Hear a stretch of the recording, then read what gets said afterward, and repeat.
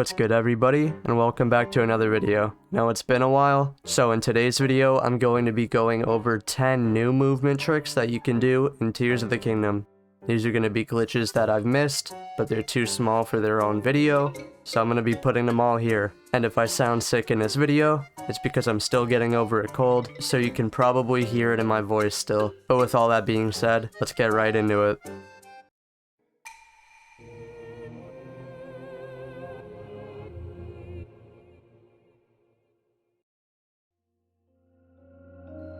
Long jumping is a trick you can do by having a one-handed sword equipped, crouching near a ledge, side hopping off of it, and then slam attacking. If this is all done in one quick succession, you'll find that you get a large boost of momentum in whatever direction you're jumping in, and it can be pretty useful. This trick is also not limited to being done off of ledges. You can also do this while climbing, so just climb something, side hop off of it and jump slam, and you should achieve the same effect. This is one of those quick and easy movement tricks that I highly recommend you learn.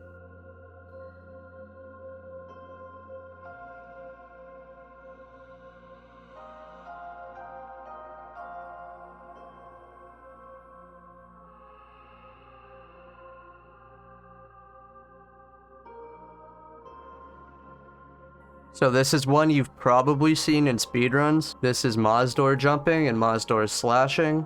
To do this one, all you have to do, base link away from the direction that you want to go, and then jump in a direction that isn't forward, backflip or side hop off, and then hold the analog stick in the direction that you want to go, and then press right bumper, B, and Y in a quick succession over and over again. If you keep doing this over and over, this will loop, putting Link in the skydiving state and slam attacking. This can be used to cover pretty long distances, and it's one of the best tricks in the speedrun currently. This trick abuses the momentum shift you get from ground slams and chains it over and over again. And this can even be done without paraglider, which is why it's so useful in a speedrun.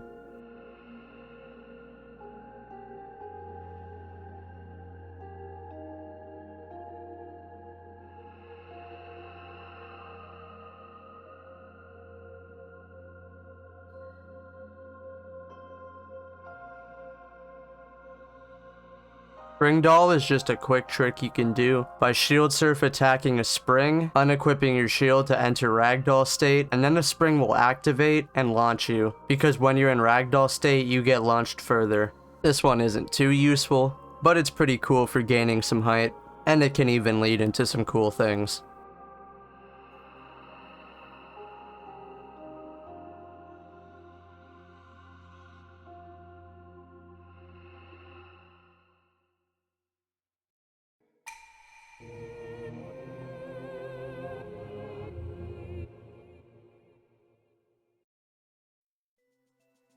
Alright, this one is extremely useful. This is infinite height and jumping. And now you can even use it to clip walls. Although I don't think I'm going to be showing that in this video. That'll be another video, as it's a little bit more complicated. But anyway, to triple jump, or infinite height as it's also known, all you have to do is jump attack, and then open your ability menu and close it. Swap your shields using the D-pad, tab ZR to draw your bow, and repeat this over and over again to gain infinite height. With this you can chain your jump attacks infinitely and enter bullet time infinitely. I find that if you're having trouble pulling bullet time after the swap, just hold ZR as you're switching shields, and when you exit, if done correctly, it should put you in bullet time. This is one of those glitches that's useful for all kinds of things, so definitely learn it.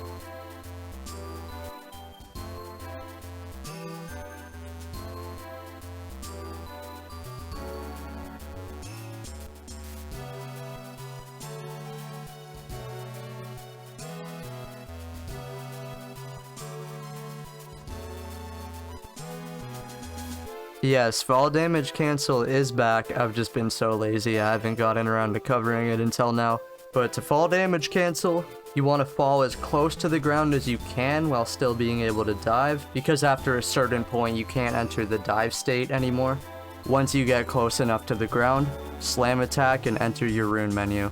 Now equip a new shield or unequip your current one using the quick swap menu. And after you do this, you need to enter a dive state while Link is still moving upwards from the infinite height.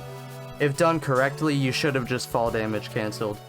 Don't get me wrong, this definitely isn't as easy as fall damage cancel was in Breath of the Wild, but at least it's here.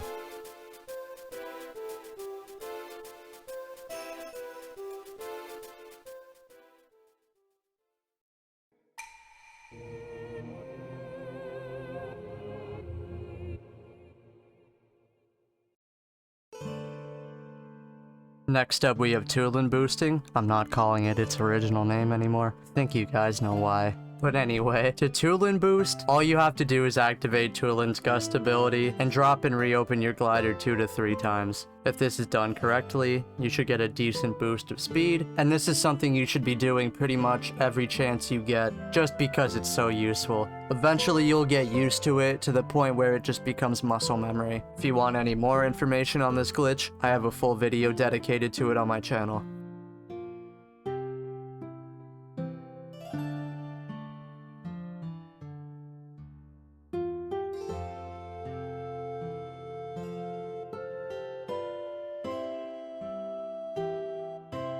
So there's now another variation of the Tulin boost, called the double Tulin boost.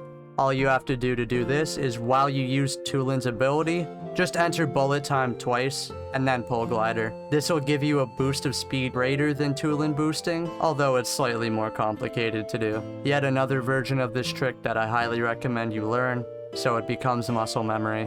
Because it's super useful for getting around, especially when you're not using an Ultra Hand build.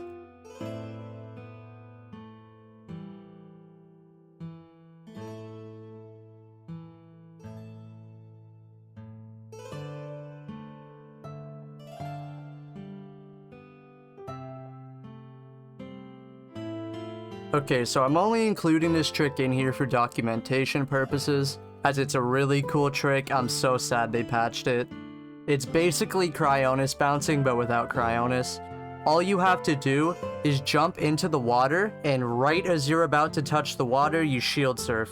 So as soon as you touch the water, enter shield surf, and you should get a big boost in height. Now this boost in height is completely dependent on how big the drop was, so if you want a bigger boost, jump off a higher up object. This was such a cool trick, and man, Nintendo, why did you have to patch this? Come on, guys.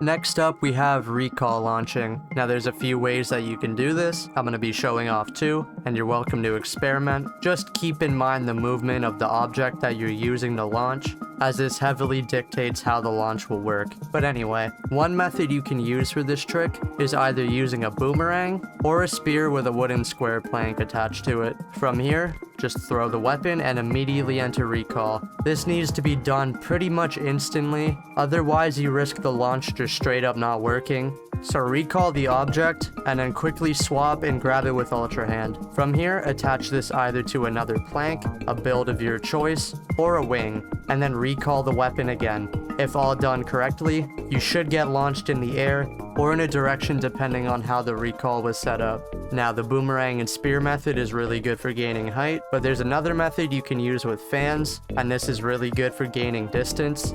All you have to do is drop a wing, stand on top of it, place a fan down, pick up the fan, and if you're launching to the right, you want Link spinning to the left, or vice versa. This is important to keep in mind because recall, of course, reverses all the movement of an object, so if you don't understand this, the trick may not work for you. But from here, just pick up the fan, spin Link back and forth a few times, attach the fan to the front of the wing, stand on one of the edges of the wing, and then recall the fan. If this was done correctly, you should get launched in whatever direction you chose, with a lot of speed. Don't get me wrong, this one is really finicky and it's going to take a lot of practice before you fully understand it. But this is something that they can't really patch because it would interfere with actual game mechanics, so it's definitely worth checking out.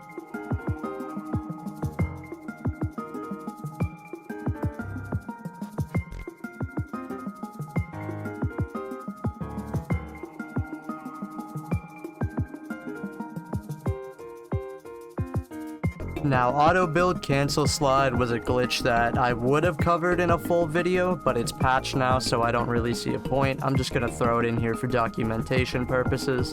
But to do Autobuild Cancel, all you have to do is select a blueprint that you want to use as a hovering object, press B and Y at the same time to both exit auto build and go into the favorites menu at the same time, and then select the same blueprint again. If you got the timing correct, the object should be hovering in front of you, and if you manage to stand on it, it'll send you in a direction. Now, a build I've seen people using for this is just 3 logs used as a floor, surrounded by another 4 to keep Link in the build, and this is really easy to set up because there's trees everywhere. I would recommend using this build because this trick is pretty hard to control otherwise and can be pretty finicky. There's a bunch of weird things you can do with this glitch, including clipping walls if you attach 2 steering sticks together in a certain way, and all around this trick can lead to some pretty weird outcomes. So if you're not on the latest patch, definitely try it out.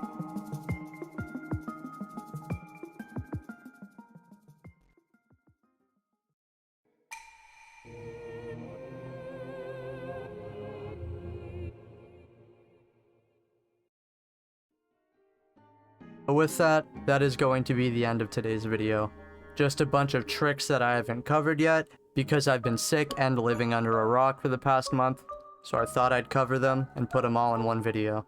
I will be doing a follow-up video to this one for more movement tricks, as well as a combat trick version, so keep an eye out for those.